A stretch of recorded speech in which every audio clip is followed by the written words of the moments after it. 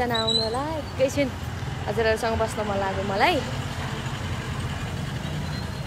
सबैजनालाई एकैछिन आउनु न एकैछिन बसौँ भन्दै यतिखेर म लामो समय पछाडि नेपाल आएपछि फर्स्ट टाइम लाइभमा जोडिएको छु यतिखेर आफ्नो जन्मभूमिमा छु र हजुरहरुसँग एकैछिन कुरा गर्छु भनेर उपस्थित भएकी छु र आजको विशेष कुरा कहानी त्यस्तो केही त छैन तर म चाहिँ अहिले चाहिँ जापानबाट आइकन 1 विक क्वारेन्टाइनमा बसेर आज फर्स्ट टाइम बाहिर निस्केको छु र फर्स्ट टाइम निस्किने बित्तिकै म एकदमै मलाई देख्न मन लागेको ठाउँ एकदमै हेर्न मन लागेको ठाउँमा आएको छु र खोइ सबैजना प्लिज आइदिनुस् न एकैछिन धेरै दिन भएर होला बिर्सिनु भए जस्तो छ सबैजनालाई नमस्ते नमस्ते नमस्ते सबैजना नमस्कार भन्न चाहन्छु सर्वप्रथम चाहिँ सबैजना आराम कुशल हुनुहुन्छ म नि आराम कुशल छु सबैजनाको मायाले यतिखेर म आफ्नो देशमै छु नेपालमा छु एकदम खुसी छु आफ्नो देशमा आइपुगेको भएर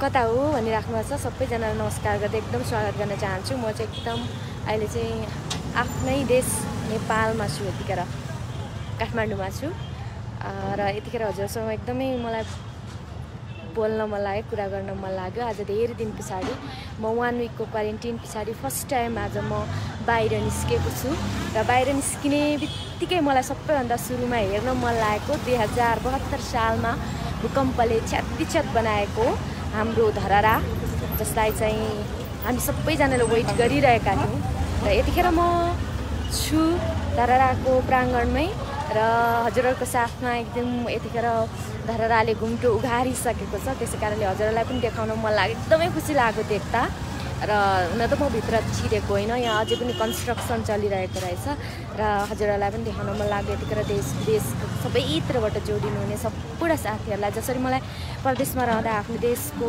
धरहरा हेर्न मन इच्छा थियो त्यो इच्छा हजुरहरुलाई पनि पक्कै होला त्यही कारणले गर्दा पनि मेरै माध्यमबाट भए पनि म देखाउँछु भनेर भोलि चाहिँ यसको एकदमै उद्घाटन छ तर उद्घाटनभन्दा अगाडि नै म चाहिँ यहाँ आइपुगेको छु मैले आफूलाई रोक्नै सकिनँ त्यसैले यतिखेर म धरहराको प्राङ्गणमा छु हजुरहरु सम्पूर्णलाई स्वागत गर्छु नमस्कार भन्न चाहन्छु एकदमै धेरैजना उपस्थित जनाइसक्नु भएको छ थ्याङ्क यू सो मच भन्दै सबैजनालाई एकदमै खुसी लागेको छ उपस्थिति जनाइदिनु भएकोमा र यतिखेर भने म तपाईहरुको साथमा छु छुनमुन म आफ्नै फेसबुकबाट उपस्थित भएको छु धेरैजनाले चेली नेपाल गएर लाइभ आउनु भएको छैन कहाँ हुनुहुन्छ भनेर धेरै सोधखोज गर्नुभएको छ मलाई दिनुभएको माया सद्भावको लागि मसँग कुनै शब्दहरू छैन एकदमै धेरै धेरै धेरै धेरै आभारी छु हजुरहरुप्रति र यतिखेर चाहिँ म आफ्नै देशमा भएको कारणले गर्दा मैले सधैँ अरू ठाउँमा पनि उता जापानमै रहँदा पनि विभिन्न ठाउँमा जाने भएकोले सबैजनाले चाहिँ आफ्नो देशमा गएर पनि के त भन्नुभएको कारणले गर्दा यतिखेर चाहिँ म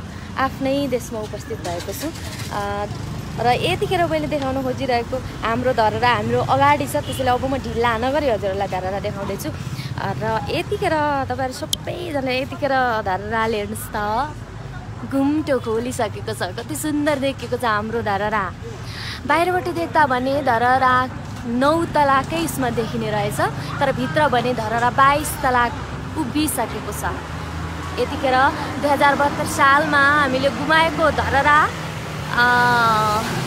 म यता अगाडि बाटोमा भएकोले अलिकति डिस्टर्बेन्स भयो सरी भन्न चाहन्छु र यो चाहिँ ठ्याक्कै हाम्रो लडेको धरहरा पनि त्यसकै अगाडिपट्टि देख्न सक्नुहुन्छ त्यो अगाडि नै रहेछ र उभिएको धरहरा चाहिँ यतिखेर हाम्रो अगाडि उभिसकेको छ हेर्नुहोस् न कति सुन्दर देखिएको छ र हिजोदेखि चाहिँ लाइटिङ पनि यहाँ राखिसकेको रहेछ र भोलि चाहिँ यसको सुरुवात हुँदैछ त्यो भएको कारणले गर्दा म चाहिँ सुरुवात हुनुभन्दा अगाडि नै तपाईहरुको साथमा उपस्थित भएको छु है र यो चाहिँ हाम्रो एउटा अब देशकै लागि पनि एउटा शान हो हाम्रो इज्जत हो हाम्रो मान हो हाम्रो सम्मान हो यो गर्वको कुरा हो हामीलाई एकदमै खुसी लागेको छ र सम्पूर्ण नेपाली देश विदेश घर देश प्रदेश जहाँ हुनुहुन्छ सबैजनालाई एकदमै खुसी लागेको छ र यतिखेर चन्द्रमा पनि साथमा उपस्थित जनाएको देख्न सकिन्छ आकाश निकै खुल्ला छ यहाँ अलिकति हो हल्ला छ तर पनि सायद तपाईहरुले सुनिराख्नु भएको होला देखिराख्नु भएको होला र यो जुन दृश्य छ मैले एक्लै बसेर हेर्न चाहिनँ, तपाईँहरूलाई पनि देखाउँछु भन्ने लाग्यो।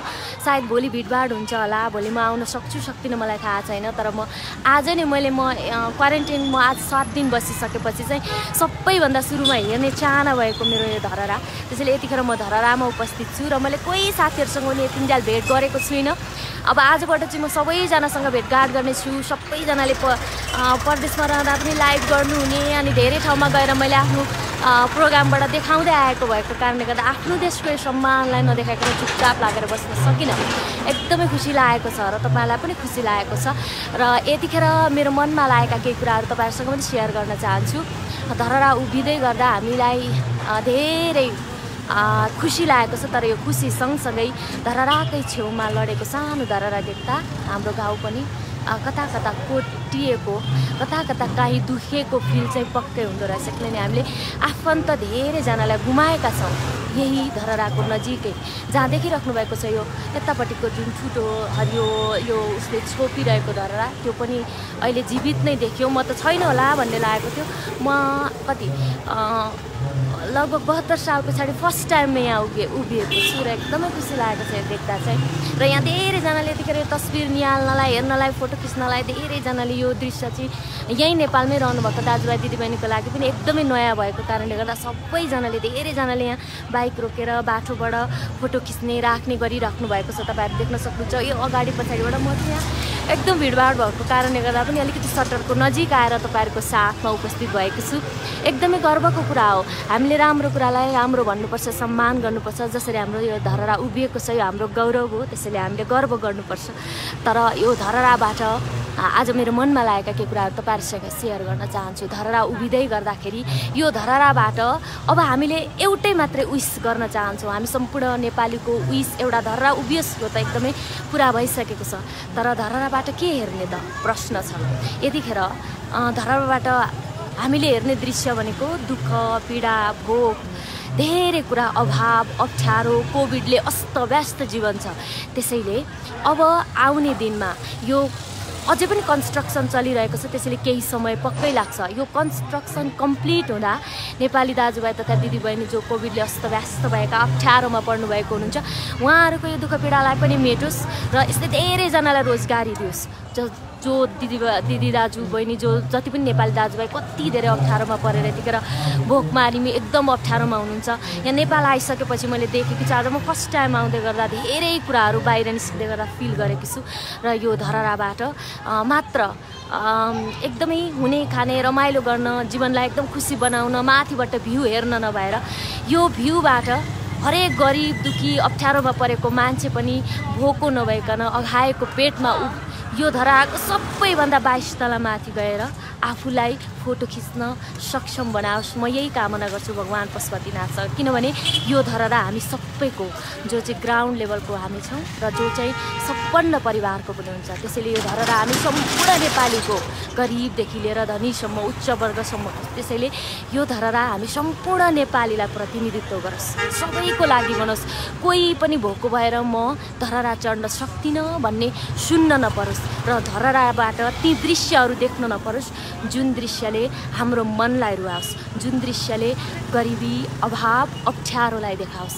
त्यसैले यो धरहराबाट छिट्टै हामीले यो कुराहरू देख्न पाऊँ जुन चाहिँ अभाव नहोस्, अप्ठ्यारो नहोस्, दुःख पीडा नहोस्। हो यो धरहरा उभिँदै गर्दा हामी सबैलाई गौरव लागेको छ। यसमा गौरव नमान्नुपर्ने कुरै छैन। यो हाम्रो शान हो, यो हाम्रो मान हो, यो हाम्रो सम्मान हो। हिजो विश्वले हाम्रो तिमीहरूको सबैभन्दा अग्लो धरहरा लड्यो भन्दै गर्दा हामी अचानक परदेशमै रहँदा पनि जहाँ जहाँ थ्याच्च बसेका थियौँ आज उभिँदै गर्दा अनि यो लाइटले यति राम्रो र यति सुन्दर देखाउँदै गर्दाखेरि हामीलाई गौरव लागेको छ। यो धरहरा बनाउनका लागि जति अभियानमा जोडिनु भएको छ, साथमा जति पनि सरकारको तर्फबाट गर्नुभएको छ त्यो गौरवको कुरा हो। तर साथसाथमा यो धरहराले ती सम्पूर्ण नेपालीलाई समेटोस्, ती सम्पूर्ण दाजुभाइ दिदीबहिनीलाई समेटोस् जसले यो धरहरा मात्र भुइँबाट निहाल्नु नपरोस्। हरेक नेपालीले त्यहाँ पुगेर आफ्नो अभावलाई, आफ्नो दुःखलाई बिर्सिन सक्नु। कोही पनि नेपालीको दुःख पीडा गरिबी अभाव र अप्ठ्यारो यो धरहराबाट देख्नु नपरोस्। के भन्नुहुन्छ तपाईँहरू? मेरो विश तपाईँहरूलाई कस्तो लाग्यो? मलाई भने यही नै विश छ। भगवानसँग, भगवान पशुपतिनाथसँग म यही प्रार्थना गर्छु। आज धरहराको यो तलपट्टि छु र जुन पीडाले हामी छटपट्यौँ 2072 सालमा, अब फेरि त्यो कहिल्यै पनि नहोस्। यहीँ नजिकै रहेको जुन आधा छ यो धरहरा देख्दाखेरि भने मन रुन्छ। सायद तपाईँहरूलाई पनि ती पीडाहरूले यतिखेर मन दुखाएको होला जस्तो लाग्छ। तर यो धरहरा उभिँदै गर्दाखेरि कति आमा बुवा घर परिवार जसले यहाँ आफ्नो परिवार गुमाउनु भएको छ अनि हामीहरू एकदम दुखी पनि छौँ। तर यो सँगसँगै उभिँदै गरेको देख्दाखेरि खुसीले एकदमै छाती एकदम गर्वले फुलेको छ। र यतिखेर यो धरहरालाई ननिहाल्ने, यो वरिपरिबाट ननिहाल्ने आँखाहरू कोही पनि छैनन्। त्यसै कारणले गर्दा पनि मैले पनि रोक्नै सकिनँ र तपाईँहरू पनि यतिखेर देश घर देश प्रदेश विश्वबाट मलाई निहालिराख्नु भएको छ।